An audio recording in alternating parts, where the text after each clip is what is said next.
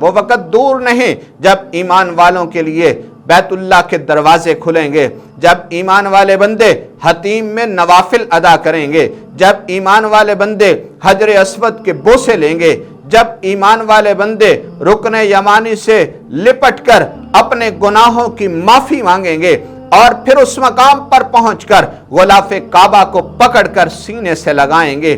آنکھوں سے لگائیں گے، چہرے سے لگائیں گے، اس مقام پہ جو سکون میرے رب نے رکھا ہے کائنات میں کہیں اور نہیں، اس لیے کہ یہ وہ مقام ہے جسے بیت اللہ کہا جاتا ہے، یہ وہ مقام ہے جہاں درد مند جاتے ہیں اللہ ان کے غموں کو دور فرما دیا کرتا ہے۔ پھر میرے محبوب علیہ السلام نے فرمایا ایمان والا بندہ حج کرنے کے لیے آئے، عمرہ کرنے کے لیے آئے، لیکن میری بارگاہ میں نہ پہنچے، ایمان والا ہو پھر آقا مدنی صلی اللہ علیہ وسلم کے دربار میں نہ جائے۔ دو ہی تو مقام ہے، ایک رب کا گھر بیت اللہ ہے، دوسرا میرے مصطفیٰ کا در روضہ رسول اللہ صلی اللہ علیہ وسلم ہے۔ تو حجاج اکرام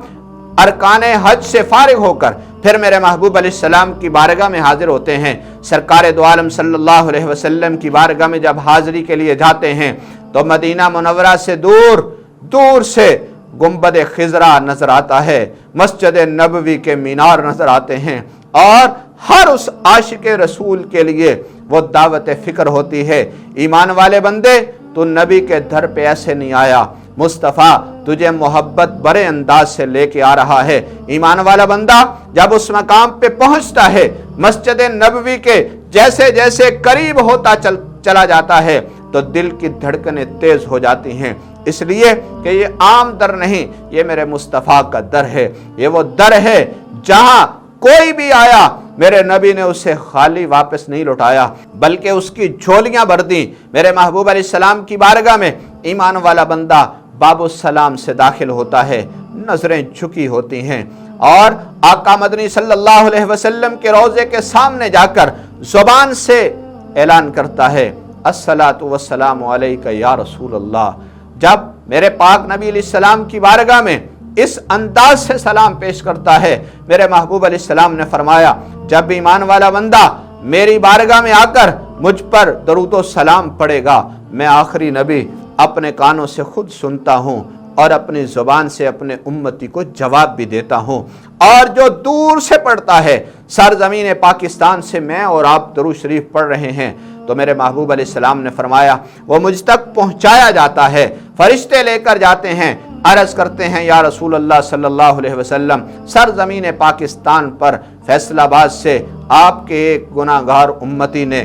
آپ کی بارگاہ میں فلاں ابن فلاں نے درود شریف پیش کیا ہے۔ میرے محبوب علیہ السلام اس کا درود قبول بھی کرتے ہیں اور اپنے اس امتی کے لیے ہاتھ اٹھا کر دعا بھی فرماتے ہیں۔ تو کیوں نہ ہو ایمان والے بندے جب اس مقام پہ پہنچے سرکار کی بارگاہ کے اندر، اور ساتھ پھر خلیفہ بلا فصل حضرت سیدنا ابو بکر صدیق رضی اللہ تعالیٰ عنہ ہیں، ساتھ پھر خلیفہ ثانی حضرت سیدنا عمر فاروق رضی اللہ تعالیٰ عنہ ہیں، صاحبین پر بھی سلام پیش کیا جائے گا، اور پھر ایمان والا بندہ جب اپنے محبوب کی بارگاہ میں جاتا ہے اللہ اسے سرخرو فرمایا کرتے ہیں۔ تو یقیناً وہ ایمان والے بندے جو اس وقت اللہ کے دربار میں موجود ہیں، سرکار کی بارگاہ کے اندر حاضر ہوں گے، ان سے درخواست کروں گا ہمارا بھی سلام آقا کی بارگاہ میں ضرور پیش کیجئے، اور جو یہاں موجود ہیں اور میری اس ریکارڈنگ کو سنیں گے تو ان سے بھی درخواست کروں گا ہمیشہ اللہ کی بارگاہ میں دعا کیجئے الہ العالمین ہمیں اپنی زندگی میں حج بیت اللہ بھی نصیب فرما، ہمیں اپنی زندگی میں عمرے کی ادائیگی کی توفیق بھی عطا فرما، ہمیں اپنی زندگی میں سرکار دو عالم صلی اللہ علیہ وسلم کی بارگاہ میں بادب حاضری کی توفیق بھی عطا فرما۔ آج کے دن مجھے بھی اپنی دعاؤں میں یاد رکھیے گا، انشاءاللہ اللہ رب العزت کی بارگاہ میں دعا ہے اللہ ہمیں دنیا میں بھی کامیاب فرمائے، آخرت میں بھی۔ اب مجھے دیجیے اجازت، دیکھتے رہیے IM TV۔ السلام علیکم ورحمۃ اللہ وبرکاتہ۔